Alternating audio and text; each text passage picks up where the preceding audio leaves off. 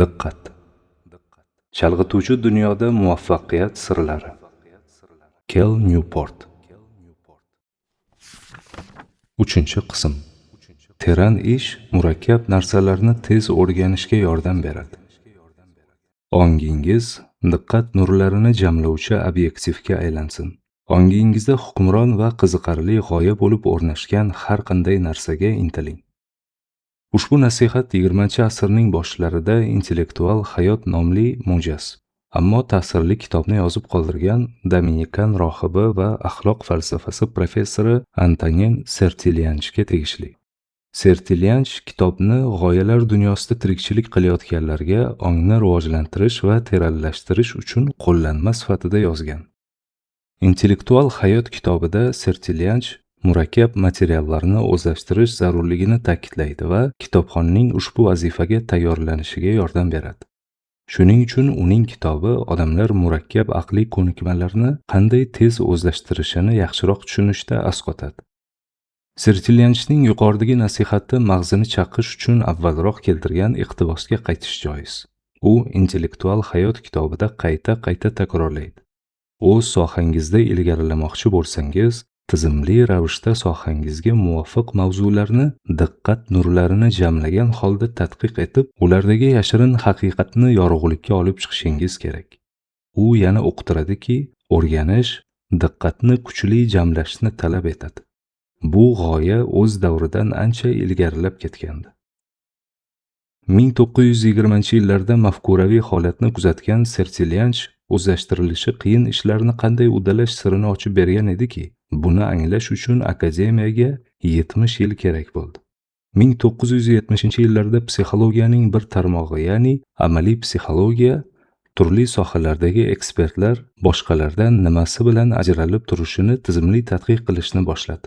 1990-yillar boshida Florida shtat universiteti professori K. Anders Erikson bu g'oyaning hamma tarqoq qismlarini ilmiy adabiyotlarga mos keluvchi bitta nom ostida birlashtira oldi. Maqsadli mashq qilish.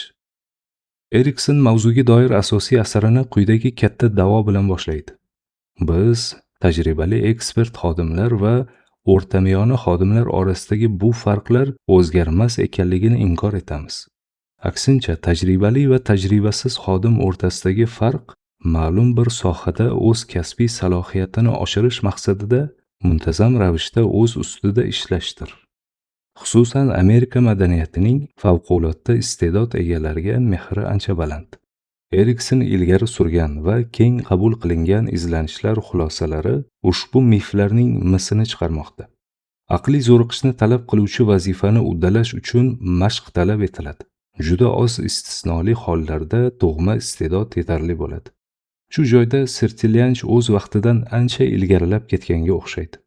Intellektual hayotda aytganidek, daholarning buyukligi ularning bor kuchini muayyan ishga to'liq iqtidorini namoyish qilgan holda yo'naltira olishidadir. Erikson bundan yaxshiroq izoh berishi mumkin emas edi. Shu o'rinda maqsadli mashq qilish bizdan nimani talab qilishi haqida savol tug'iladi. Odatda uning asosiy tarkibiy qismlari quyidagicha ko'rsatiladi. Birinchi, butun e'tiboringizni o'zlashtirmoqchi bo'lgan mahoratingiz yoki puxta o'rganishga intilayotgan g'oyangizga qarating. Ikkinchi, diqqatni to'g'ri yo'naltirayotganingizni tekshirish maqsadida boshqalarning fikr-mulohazalarini olib turing. Muhokamamiz uchun alohida ahamiyatga ega birinchi tarkibiy qismda urg'u berilganidek, maqsadli mashq qilish chalg'ishlar bilan bir vaqtda bo'la olmaydi. Aksincha, bo'linishlarsiz diqqatni talab etadi.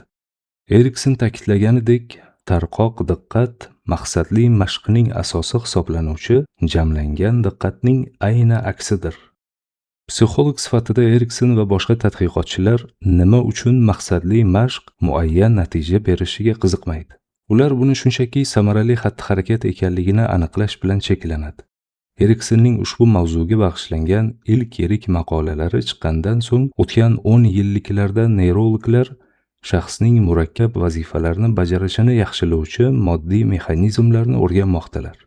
Jurnalist Daniel Coyle o'zining 2009-yilgi Iste'dod kodeksi kitobida so'z yuritganidek, o'sha olimlar buning javobi neyronlar atrofini qoplaydigan hujayralarning tezkor va tozaroq ishlashiga imkon beradigan izolyator yog' qatlami mielinga borib taqalishiga ishonadi. Mielinning ijobiy o'zgarishlardagi rolini tushunish uchun shuni yodda tutingki, malakangiz xoh intellektual, xoh jismoniy bo'lsin, miyangizdagi neyronlar ishlashiga bog'liq. Ushbu yangi faoliyat ilmiga ko'ra, tegishli neyronlar atrofida ko'proq mielin bo'lishi miya hujayralarining o'zaro axborot almashinuvini tezlashtiradi. Biror ishning ustasi bo'lish mielinlashish darajasiga bog'liq. Buni tushunish juda muhim, chunki u maqsadli mashq nima uchun muvaffaqiyat keltirishining nevrologik asosini izohlaydi. Aniq bir malakaga diqqatni jamlash orqali o'sha malakaga daxldor miya hujayralarini qayta va qayta ishlatasiz. Miyaning tegishli qismi to'xtovsiz ishlashi oligodendrositlar deb ataladigan hujayralarni o'sha qismdagi neyronlarni mielin qatlamlar bilan o'rashiga turtki beradi. Bu esa mahoratingizni yanada kuchaytiradi. Chalg'imasdan bajarilajak ishga e'tibor qaratish zarurligining sababi shundaki, bu miyaning tegishli qismi ko'proq ishlashiga olib keladi va mielinlashishni tezlashtiradi. Bundan farqli o'laroq, agar diqqat sust holatda, deylik, Facebookni ochib qo'yib, yangi va murakkab mahoratni, masalan, SQL ma'lumotlar bazasini boshqarishni o'rganmoqchi bo'lsangiz, miyangizning turli qismlari bir vaqtda tartibsiz ishlay boshlaydi. Kuchaytirish lozim bo'lgan neyronlar guruhi zo'riqib ishlamaydi. Antonin Sertilyanch aqlni diqqat nurini jamlovchi obyektiv sifatida ishlatish haqida ilk bor yozib qoldirgandan buyon o'tgan bir asr mobaynida ushbu majoziy o'xshatishdan oligodendrosit hujayralar degan oddiy izohga o'tib qo'ya qoldik. Ammo tafakkur haqidagi bu fikrlarning xulosasi bir: murakkab narsalarni tezda o'rganish uchun hech narsaga chalg'imasdan diqqatni jamlashingiz shart. O'rganish esa boshqacha aytganda teran ishdir. Agar teranlikdan cho'chimasangiz, iqtisodiyotimizda o'z o'rningizni topishingiz uchun zarur bo'lgan murakkab tizimlar va ko'nikmalarni o'zlashtirish oson kechadi. Aksincha, teranlikni xushlamaydigan, sayozlikka o'rgangan ko'pchilik insonlardan biri bo'lib qolsangiz, bu tizim va malakalarga osonlikcha ega chiqishni xayol qilmang. Teran ish sara natijalar beradi. Adam Grant a'lo natija ko'rsatgan. 2013-yili Grant bilan tanishganimda u Penndagi Wharton biznes maktabida ishlayotgan eng yosh professor edi. Bir yil o'tib ushbu bobni yozishni boshlaganimda va endi o'zimning doimiy ishim haqida o'ylay boshlaganimda uning lavozimi yangilandi. U endi Whartondagi eng yosh to'liq professor bo'ldi. Grantning o'z sohasida tez o'sishi sababi juda oddiy. U natija ko'rsatardi. 2012-yilda Grant barchasi yirik jurnallarda chop etilgan 7 ta maqola yozdi. Bu uning sohasi uchun juda baland ko'rsatkichdir. Uning sohasida professorlar yakka yoki hamkorlikda ishlaydi. Ularda ilmiy tadqiqotlarga ko'mak beradigan ko'p sonli talabalari va doktorantlari yo'q. 2013-yili bu raqam 5 taga tushdi. Shunday bo'lsa ham bu ko'rsatkich hanuz katta, ammo avvalgisidan pastroq. Uning bu pastlashini tushunsa bo'ladi. O'sha yili biznesdagi munosabatlarga oid ba'zi izlanishlari yoritilgan Ber va Ol nomli kitob chop etildi. Uning kitobi muvaffaqiyatli bo'ldi deyishning o'zi yetarli emas. Chunki u New York Times magazin muqovasini bezagan yirik bestsellerga aylandi. 2014-yilda Grant to'liq professorlik lavozimiga loyiq ko'rilganida, u o'zining bestselleriga qo'shimcha ravishda 60 dan ortiq maqolalarini ham yozib ulgurgandi. Men Grant bilan tanishganimdayoq o'z ilmiy faoliyatimni ko'zlab, unga professional salohiyati yuzasidan savollar berishdan o'zimni tiya olmadim. Baxtimga u bu boradagi fikrlari bilan bo'lishishdan mamnun edi. Ma'lum bo'lishicha, Grant yuksak natija ko'rsatish yo'llari haqida ko'p o'ylarkan. U menga masalan o'z sohasidagi boshqa bir necha professor ishtirok etgan mahorat darsida foydalanilgan slaydlar to'plamini yubordi. Mazkur darslarda ilmiy ishni maqbul darajada qanday samarali bajarish to'g'risidagi faktik ma'lumotlarga e'tibor qaratilgandi. Ushbu slaydlarda har mavsumdagi vaqt taqsimotining batafsil jadvallari, ham mualliflar bilan munosabatlarining rivojlanish chizmasi va 20 dan ortiq nomdagi o'quv adabiyotlari ro'yxati ilova qilingan edi. Bu biznes professorlari kitob o'qishga mukkasidan ketgan va vaqti bilan katta g'oyaga qoqilib ketadigan hardamxayol an'anaviy akademiklarga o'xshamasdi. Chunki ular mahsuldorlikni tizimli ravishda hal qilinishi zarur bo'lgan ilmiy muammo sifatida ko'rishadi. Xuddi Adam Grant erishganidek. Grantning mahsuldorligi ko'plab omillarga bog'liq bo'lsa-da, uning usulida o'ziga xos bir g'oya bor. Murakkab ammo muhim intellektual ishni uzun, uzluksiz qismlarga taqsimlash. Grant ushbu taqsimlashni bir necha bosqichlarda bajaradi. U ta'lim berish uchun eng qulay payt kuzgi semestr deb biladi. Chunki kuzda butun e'tiborini talabalarga, ularni yaxshi o'qitishga sarflay oladi. Bu usul ish berdi. Chunki Grant hozirda Whartondagi eng oliy darajali o'qituvchi va bir talay ta'lim mukofotlari sohibi. Kuzni dars berish bilan o'tkazgan Grant bahor va yozda e'tiborini faqat tadqiqotlarga qaratish, chalg'ishlarsiz o'z ishi ustida ishlay olish imkoniga ega bo'lardi.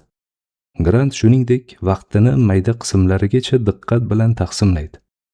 Tadqiqotga bag'ishlangan semestr mobaynida u talabalar, hamkasblari uchun eshigi ochiq vaqtlar va faqat tadqiqot bilan shug'ullanish uchun xoli bo'lish vaqtlarini belgilab oladi. U odatda ilmiy maqola yozishni 3 ta alohida vazifaga ajratadi. Ma'lumotlarni tahlil qilish, maqolaning qoralamasini yozish va qoralamani tahrirlab, nashrga tayyor holga keltirish. Har biri 3 yoki 4 kunni oladigan bu ishlar davomida u ko'pincha elektron pochtasiga ofisdan tashqarida avtomatik javobini yoqib qo'yadi. Shunda xat yuboruvchilar uning javob berishini kutmaydi. Ba'zida bu hamkasblarimni sarosimaga ham solib qo'yadi. Ular siz ish joyingizdasiz-ku, sizni ofisingizda ko'rib turibmiz-ku deya xunob bo'lishadi, deydi u. Ammo Grant uchun o'z vazifasini bitirmaguncha muloqotdan qat'iy tiyilish muhimroq. Taxminimcha Adam Grant boshqa jiddiy tadqiqotlar bilan shug'ullanuvchi o'rtacha professordan ko'proq vaqt ishlamaydi. Umuman aytganda bu toifa ishga mukkasidan ketganlar sirasiga kiradi. Shunga qaramay hanuz o'z sohasidagi boshqa odamlardan ko'proq natijaga erishishni uddalamoqda. Bu jumboqning javobi uning o'z ishini taqsimlash yo'sinida deb o'ylayman. Jumladan o'z ishini qat'iy va uzluksiz ritmlarga bo'lgan holda u unumdorlikning quyidagi qonunini qo'llaydi. Yuqori sifatli natija barobar sarflangan vaqt ko'paytirilgan diqqatning intensivligi. Agar ushbu formulaga ishonsangiz, Grantning odatlarini anglaysiz. U kuchli intensiv ishlash orqali sarflagan vaqt birligiga to'g'ri keladigan samaradorlikni oshiradi. Samaradorlik haqidagi ushbu formulani endi uchratayotganim yo'q. Bu formula ko'p yillar oldin ikkinchi kitobim qanday qilib a'lochi talaba bo'lish mumkinni tayyorlayotganimda e'tiborimni tortgandi. O'shanda mamlakatdagi eng raqobatbardosh maktablarning yuqori reytingga ega 50 tacha bitiruvchisidan intervyu oldim. Intervyularda shuni payqadimki, eng yaxshi talabalar barcha fanlar bo'yicha umumiy baho reytingida ulardan quyida turuvchi talabalardan kamroq o'qigan. Bu holatning izohlaridan biri yuqorida bayon qilingan Grant formulasi edi. Eng yaxshi talabalar unumdor ishlashda intensivlikning ahamiyatini tushunib yetgan va shuning uchun diqqatni maksimal jamlash uchun o'zlarining an'anaviy metodlaridan voz kechgan. Testlarga tayyorlanish yoki maqola yozishga ketadigan vaqtni natija sifatiga ta'sir qilmagan holda keskin qisqartira olgan. Adam Grantning misoli shuni ko'rsatadiki, ushbu intensivlik formulasi nafaqat talabalarning umumiy baho reytingiga, balki boshqa aqliy zo'riqishni talab qiladigan ishlarga ham taalluqlidir. Ammo nega shunday bo'lishi kerak edi? Bu savolga Minnesota universitetining biznes professori Sophie Leroy qiziqarli tarzda javob beradi. Leroy o'zining 2009-yildagi ishlash nega buncha qiyin maqolasida e'tibor qoldig'i effekti degan atamani kiritdi. Maqolaning kirish qismida muallif tadqiqotchilar bir vaqtda birdan ortiq vazifani bajarishga urinishining ishga ta'sirini o'rganib chiqqanini aytadi. Lekin zamonaviy ofislarda bir nechta loyiha ustida ketma-ket ishlaydigan odamlarni uchratish odatiy hol. Bir yig'ilishdan ikkinchisiga borish, bir loyiha ustida ishni boshlab, ko'p o'tmay boshqasiga o'tib ketish tashkilotlar hayotining bir bo'lagi, deydi Leroy. Mazkur tadqiqot ishi aniqladiki, biror A vazifadan B vazifaga o'tganingizda diqqatingiz zunda o'zgarmaydi. Diqqatingiz qoldig'i birinchi vazifada qoladi. Agar A vazifa cheklanmagan va intensiv bo'lmasa, qoldiq ko'proq qoladi. Hatto boshqasiga siljimasdan birinchi vazifani tugatsangiz ham diqqatingiz ma'lum muddat bo'linganicha qoladi. Leroy laboratoriyada vazifalarni o'zgartirish orqali diqqat qoldig'i effektining ishga ta'sirini o'rgandi. Ana shunday tajribalardan birida u tajriba ishtirokchilariga so'z pazllarini yechishni topshirdi. Sinovlarning birida ishtirokchilar ishiga aralashib, ularga boshqa qiyin vazifani topshirdi. Ya'ni rezumelar bilan tanishib chiqib, ishga olish bo'yicha taxminiy qarorlar chiqarishlari kerakligini aytdi. Boshqa sinovda esa ularga keyingi vazifani berishdan oldin pazllarni tugatishlariga qo'yib berdi. Pazl va ishga yollash vazifalari oralig'ida Leroy birinchi vazifaning qoldiq miqdorini aniqlash uchun tezkor leksik qarorlar o'yinini o'tkazdi. Leksik qarorlar o'yinida ekranda harflar qatori ko'rsatiladi. Ba'zilari haqiqiy so'zlarni hosil qilsa, ba'zilari unday emas. O'yinchi so'zning haqiqiy yoki haqiqiy emasligini haqiqiy va haqiqiy emas tugmalarini bosish orqali tezroq belgilashi lozim. Ushbu testlar o'yinchining ongida nechta aniq kalit so'zi faollashganini hisoblashga yordam beradi. Chunki ko'proq faollik o'yinchini haqiqiy so'zni u ekranda zohir bo'lgan zahotiyoq tanib olishga yordam beradi. Shu va shunga o'xshash tajribalar natijalari aniq bo'ldi.